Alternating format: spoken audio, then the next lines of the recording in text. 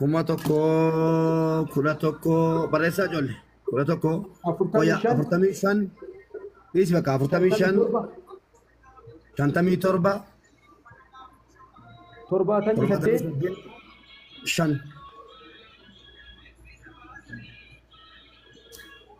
Jamal Jamila Kiniso Hayato Rasidi de Bujol मेरा देवी मुझे मुझे एन्यू ब्रावो चारा मेरा देवी है नहीं Mutu ko da untu ke sani बात है वल्ला ले पर सब मुझे ना कब चुट जाता तो la dhaggeeffadha akkaawuntii barreessaati waan ta'e isinitti himna kuma tokko kudha tokko 45 आये 57 78 5 आये कलास का बात है आये Jamila यार kan डिब्बा से nisooti नहीं डबल साफ इंशाल्लाह यार डिब्बा से नहीं डबल साफ करना Jamila kan nisooti ijoollee isinii barreeffamuu dide miti jirta lubbuwaat तू danger innaa birri Itoophiyaa meeqa dabarsuu fi feete 3,000 यार डिब्बा से अम्मा अम्मा बाव मालूम बे okay ishi lubbuutti galatoo aku maki ya itu ya kasih galatoo ma amma bina gana basu salaamaaleykum Waalaikum assalam warri gargaaruu barbaada walgalaa gargaara haadha keessanii ayyaanillee qarshii 12,000 ergaaf inshaallah Masha Allah tabaarakallah qabattee akkaawuntii hin qabanne meerra deebi'aa naa hima kuma tokko qoomee hin banadha ishii natti hime kuma tokko kudha tokko qooy ayyee komentii jalatti barreessaa mee ijoollee kuma tokko Follow gaasii gaafadhee jira. Follow naa deebisee obboleessu. ini number is kuma tokko kudha tokko 45 57 78 5 Ayyee galatooma rabbi sinirraa ilaala. akkaawuntiin koo rabbii jala jira kanaaf didaala aku nuani nu berese rakabat dah oke bakka namni gargaaruu barbaade torba barreeffadhaati olgalaa fooloo sina godhanu keessaanii fudhachuu dandeessu akkaawuntii isinitti himna torba barreeffadhaa olgalaa waan riskii jala argatan uummanni waan rabse yookiin immoo uummanni maqaa balleessi jennee riskii haadha keenyaa kana wanti kun nuuf hin jiru waan riskii fi argattu haati keenya kanaaf warri gargaaruu barbaadan torba haadha kana viidiyoo sii namni hin argine hin jiru olii gad deemaa ture rabbeedhaan gargaaraa mucaan koo liibiyaatti jalaa qabame maal jaa turan namni hin argine jedhee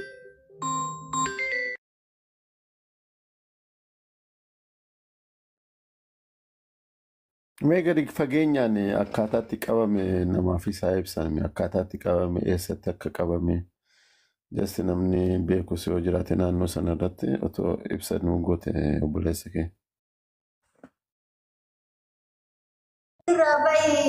Wayitii irraa kaafadhu sanyii.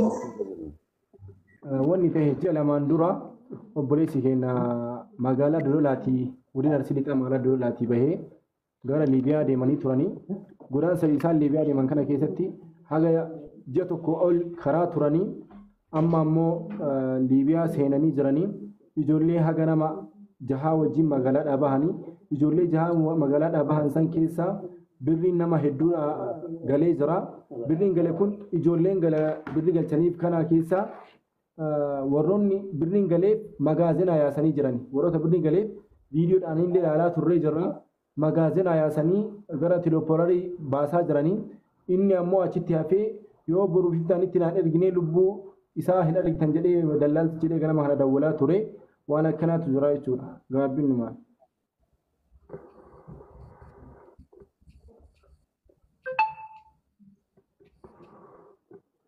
Wanti kun waa'ee lola isa gandummaa kana wajjin Arsii fi Walloo wajjin wal qabataa? No. Eso so wajji walitti dhufu maal taateti kan lola Arsiif Walloo biraa miti kun kalee deeggadha. Jooniif hin galle Joon intinaadha deemuu tu manaa badanii deemu jarra kanaa kuni gara xaaliyaanii namni ani biyya faranjii galleeniiti manaa ba'u yeroo ba'ani akka jarri yaada nafeeyyi akka rabbi yaade ta'ee qabamu shiftaa Liibiyaa qabata. Liibiyaadha. Liibiyaatti qabamee jira.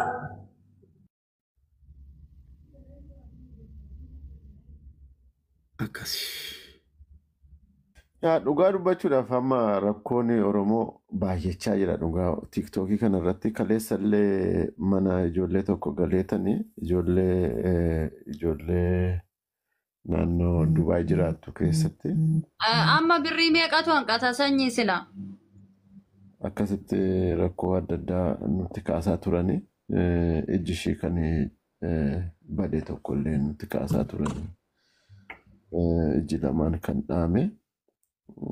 Akka tasaa ta'ee dhaame ishiinillee qarshii kuma 21 hin barbaadde diraama.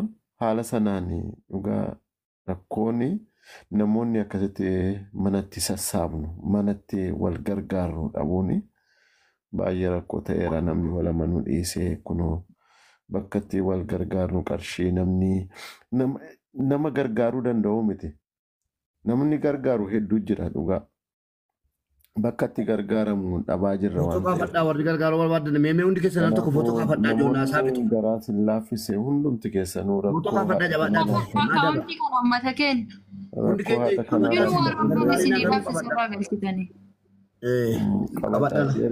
waanuma dandeenyu. Iskiriinshuu godhadhaatti sana booddee isinitti himna waan ta'e. Iskiriinshuu godhadhaa mee hundi keessan iyyuu. Iskiriinshuutii godhadhaatti waan rabbi si gargaaru barbaadan inni ibsuti. Xiqqoodha otoo hin jedhiin gargaaraanii dhugaa. Xiqqoodha otoo hin jedhiin. Dubbadhaa gaama. Waanuma dandeessaniin gargaara. Waanuma qabadheera. Waanuma danda'uun itti darbadha. Itti maddaa warra amma dhufetti mee koppiliink ishee godhaafiiti deeqaa muraasan qaba irraa booda itti maddaa haadha keenya dubbatanu itti himatanu yoo wal galuu barbaadan torba barreeffadha.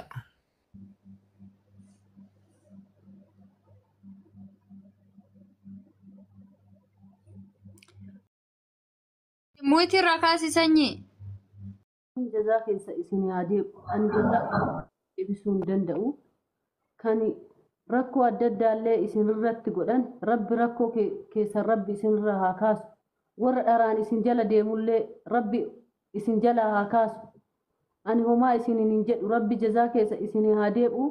Ani dharaan yookiin wanta qaaqulleen beeku wanta qaaqullee hin danda'u. Wallaahi dharaan bahee asitti miidiyaa uummata afootti mul'achuu miti. Akkuma isin jette nama tokkicha afooyyuu dhaabatanii waa kadhatuun namatti ulfaata.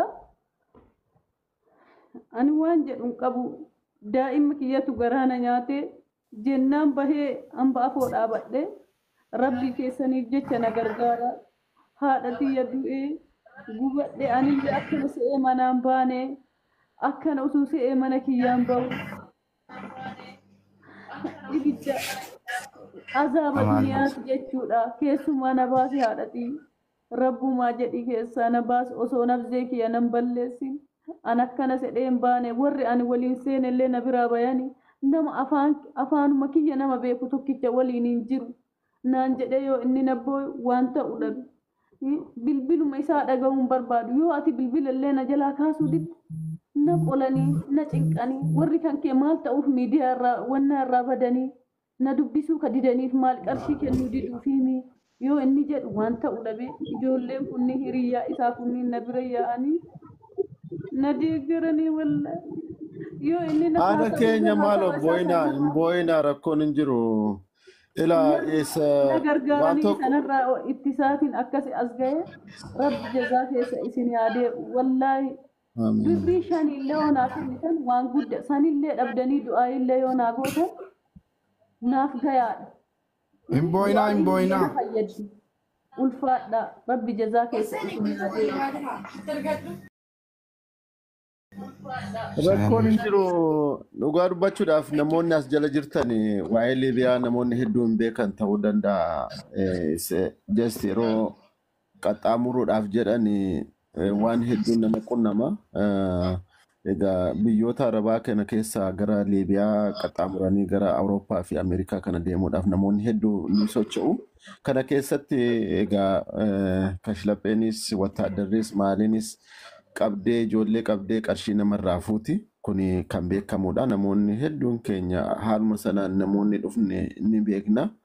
Kanaaf yeroo hedduu qarshii nama bira keenyeeti yoo nu qabanillee yoo qarshiin barbaachisallee ta'anani nama bira kaa'aniiti namoonni yeroo qarshii barbaadanii nama qabanii qarshii barbaadamu qarshii sana bakka keenyarraa kaffalleedhuma carraan qabnu kaffalanii deemuudha qofadha.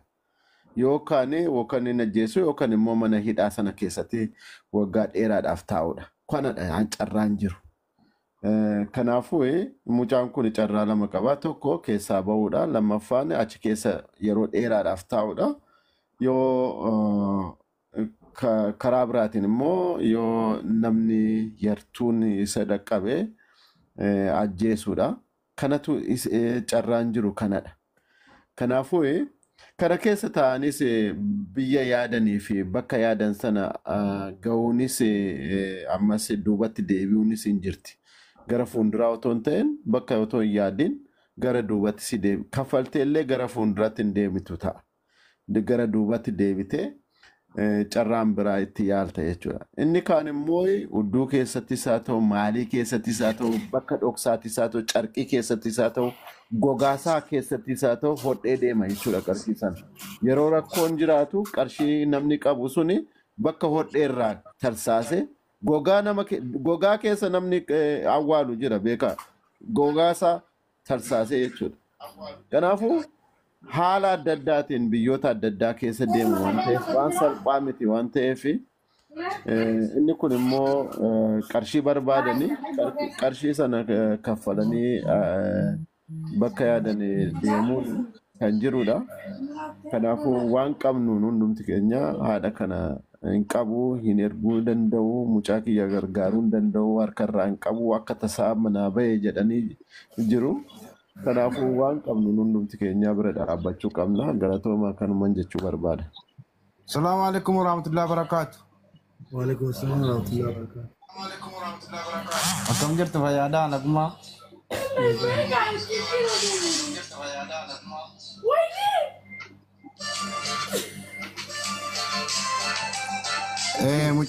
Mucaan kun amma Liibiyaatti qabame jechuudha amma buleessi keenya.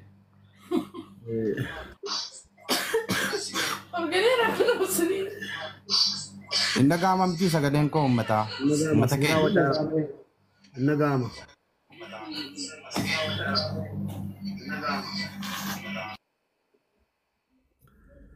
Waca bira jira obboleessa keenya komentii irratti barreessi bakka obboleetti taajuu dubbadhu. Ammoo nagaamu. Amma nagama warri komentii hin taane barreessitan haadha kana laala.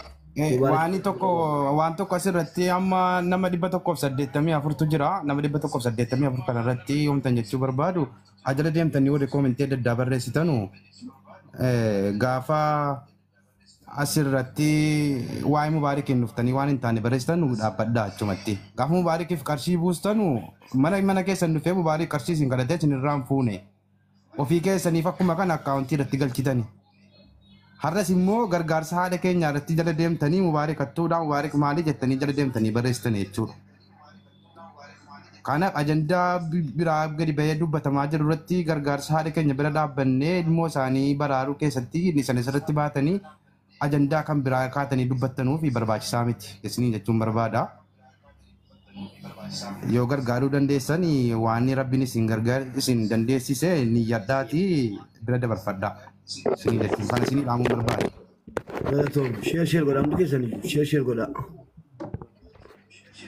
Sheer godhaa hundi keessanii.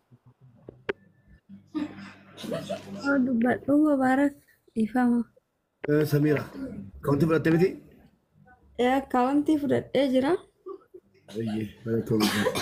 Ayyee galatoomiyaatiillee jecha nama tokko tokkooti gocha nama tokko tokko laalini rakkinni kutaa filatee namatti hin dhufu gadi filatee namatti hin dhufu nama kamiyyuu rakkinni mudata galatoomii rabbi sirraa jaalatu haadhateen illee rabbiin haa gammachiisu inshaallah uumaa miti nullee akkanumaan rakkannee keessa tarree inshaallah obboleeyyan kiyyatti illee namatti dhiyaatutti illee himeeti inshaallah dabalataan deebi'ee illee qarqaara uumaa isinitti hin dhagaminii namni waggaa tokkollee achi keessa turuu mala biyya seera hin qabne homaan ta'u yaaddayna isin jechuu barbaadetti.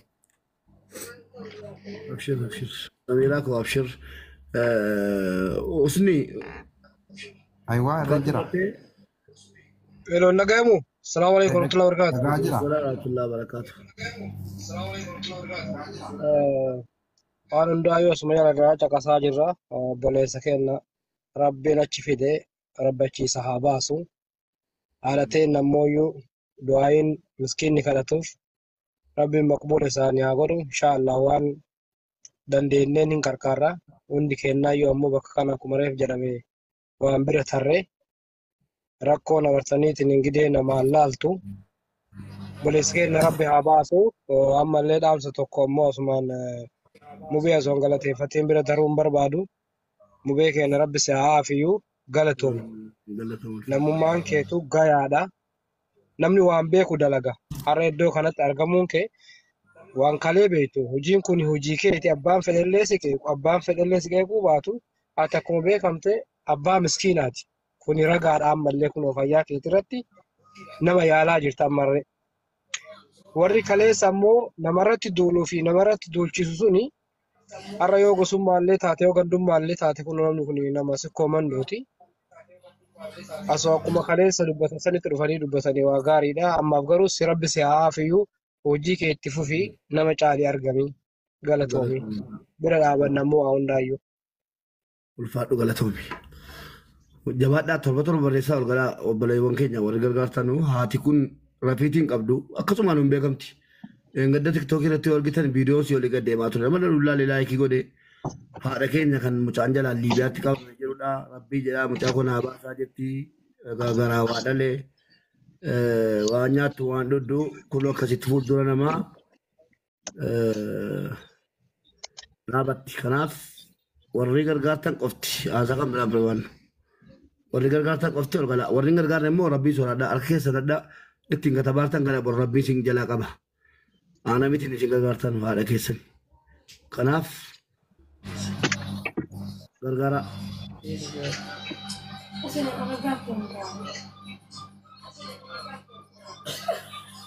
Torba barreeffadhaa. Usmi akkaawuntii fudhishii sagalee kennu jeeqaara kanaaf hammi hojjetu godhe. Akkaawuntii warri barbaadan na gaafadhaa. اوكي اكونتي كيسن فرديرا